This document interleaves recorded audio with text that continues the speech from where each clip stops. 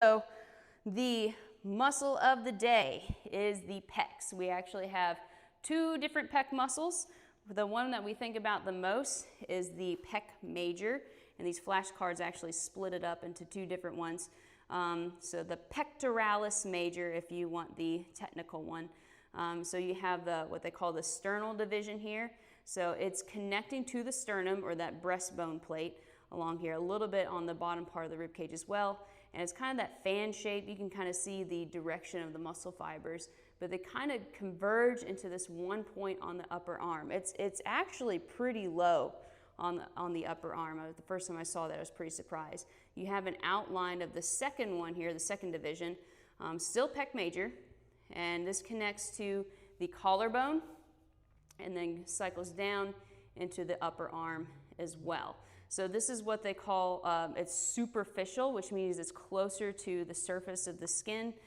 So that's the big showy muscle that everybody talks about, that everybody wants.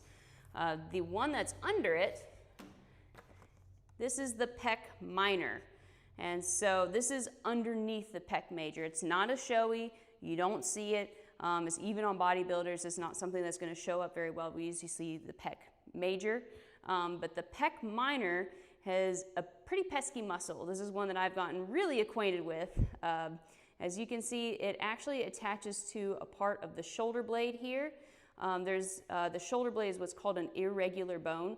And so like this little knobby bit part here is actually part of the shoulder blade, and it connects to this other little knobby part here, also part of the shoulder blade. And you can kind of see the broader part of the bone there. But it connects down into the third, fourth, and fifth ribs.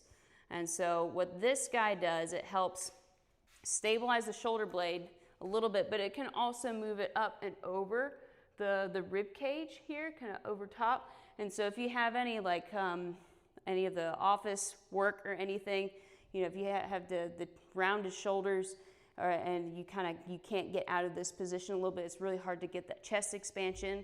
So a lot of office work, a lot of texting, a lot of reading even. Dishes, cooking, something I was doing today, that muscle can get really tight. And because it affects that shoulder blade, there's a lot of other muscles that attach to the shoulder blade that have to do with the shoulder joint itself.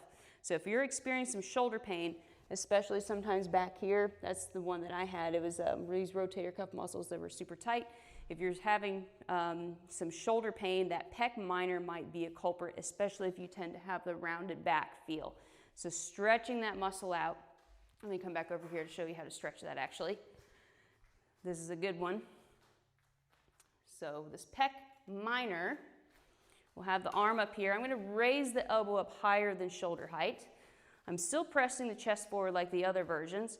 I'm going to turn my head away and then tilt my chin down.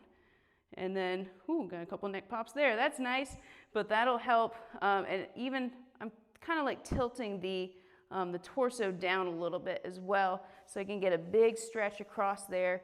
And again, it connects down to the ribs, so if you need to turn the torso out a little bit more for a little bit more stretch, but turn the head away, chin down, can help stretch out that pec minor.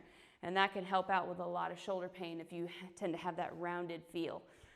Why are the pecs important to work? Men, you know, it's a showy muscle, what they call a glory muscle. So there's that. But there's a more functional reason. There's a more functional reason for this, and kind of a life-saving reason. Again, I work with older clients, so especially those in the 80s, this is definitely a concern. If you fall down, especially if you trip, you fall down on your face, being able to push yourself up off the floor so that way you can crawl somewhere else is really important. The pecs help bring the arms in towards one another. The push-up itself, again, that upper arm is pulling in towards the midline. It's going with those muscle fibers pulling in. So being able to push yourself off the ground so you can go get help is a life skill. So it's still important to train these muscles. Of course, you can give great hugs, if you're training good pec muscles too. That big barrel hug, the big bear hug. So it has some functionality to it. It's not just for show. It's helping you to push off the ground. If you're in a fight, pushing someone away to protect yourself. These muscles are still very important to train. So even if you're women, so train your pecs, ladies.